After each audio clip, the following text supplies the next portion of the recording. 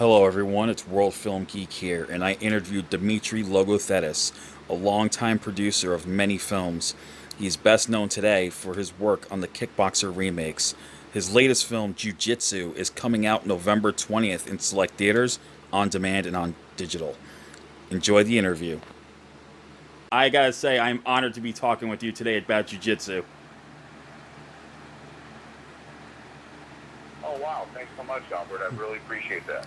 Yeah, I got to see the movie and I was really blown away because the way the film came out, it wasn't what I was expecting, but I mean that in a good way. I mean, the action was great and the story, I was really so surprised by it. As a matter of fact, I actually just bought the comic book last week.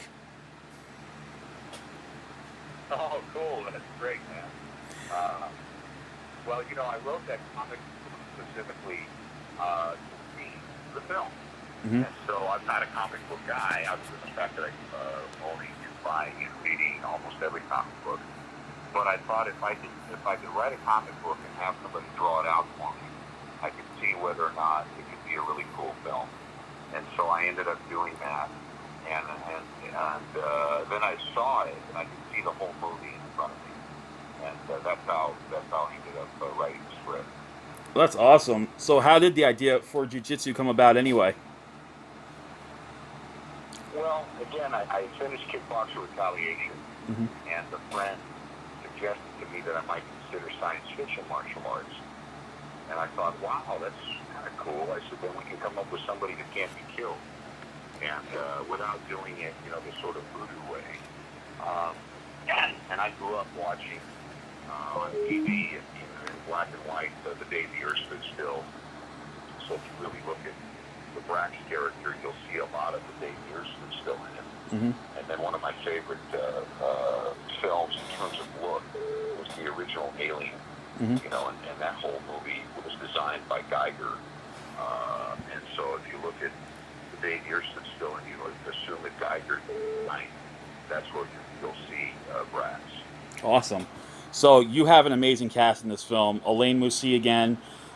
This time you got Tony Jaa, Frank Grillo, Juju Chan, Nicolas Cage.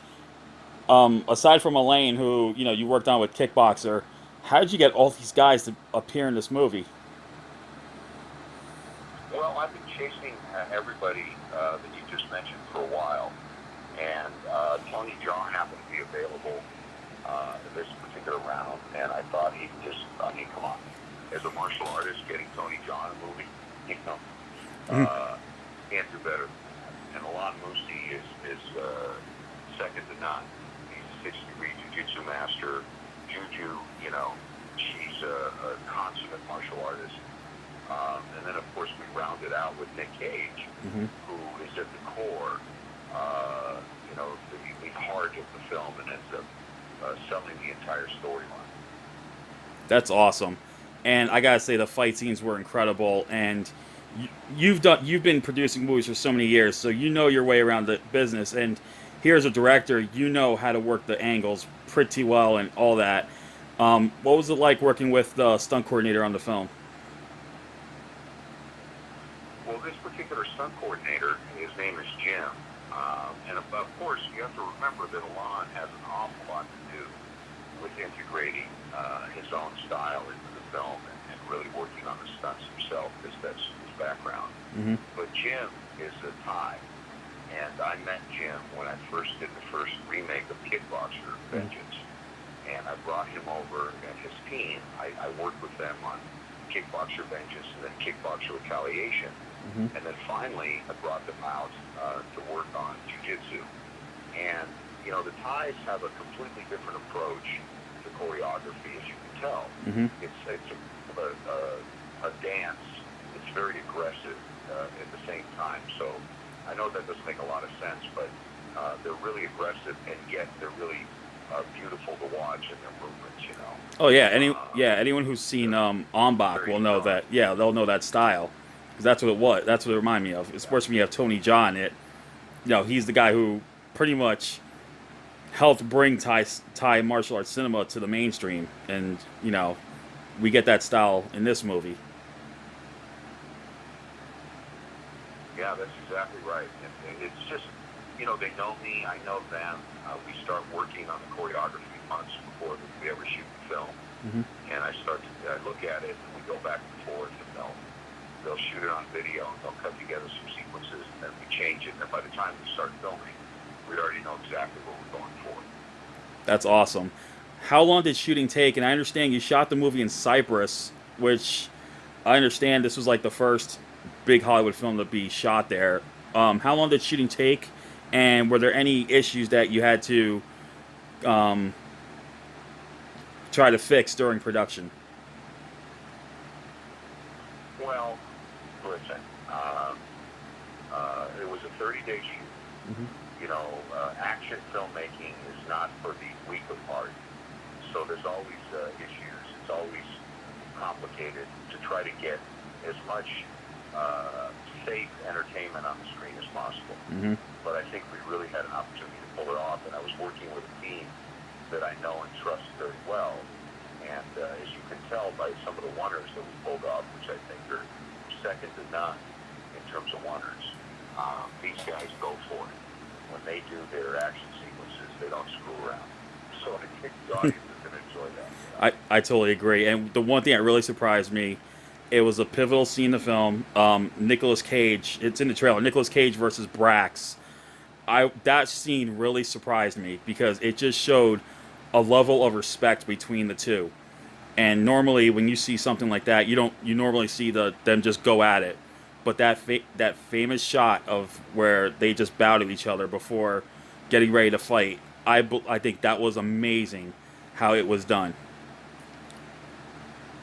Well, thank you so much. I appreciate that. And that's the whole character of Brax. But you know, Nick does such incredible acting in that whole sequence. I mean, those moments that he delivers in his close-ups just really take it to another level, I think. And I mean, I just can't do better than that. I mean, his contribution in that whole sequence just kind of blows your mind. And then you really feel for him. You know, you really kind of breaks your heart at the same time. So Yeah, that's a really cool sequence myself. that's awesome. So finally, I got to ask this because it's been a long time coming. I think a lot of people are waiting for it. Are we going to see Kickboxer Armageddon in 2021? Absolutely you will. And if you like the action in this, and you like the action in Kickboxer Retaliation, I'm going to blow your mind. And my goal is to see if I can get the audience to crawl out of the theater after they watch the action in Armageddon. That's what I want to hear, and I'm hoping that happens. That's awesome. I cannot wait to see. I've been waiting for that. I love Kickboxer Vengeance. I love Kickboxer Retaliation, and I am just this is like one of the most anticipated movies I'm looking forward to. When I heard about Jiu Jitsu, I was looking forward to it, and I definitely got more than my money's worth, and I'm pretty sure I'm going to get more than that with Armageddon. I cannot wait for that one. Cool. Well, thank you so much for being a fan and pushing the genre along. Awesome. So Jiu Jitsu is coming out on November the 20th, and those who've been waiting for this movie, you are going to be surprised. A great cast, some great action sequences, all around surprisingly really good story. And Dimitri, thank you so much again for taking the time to talk about the movie.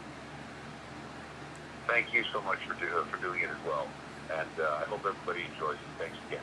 All right, and you take care, and you stay safe, and I am looking forward to Armageddon. Thank you, you too. All right, bye-bye.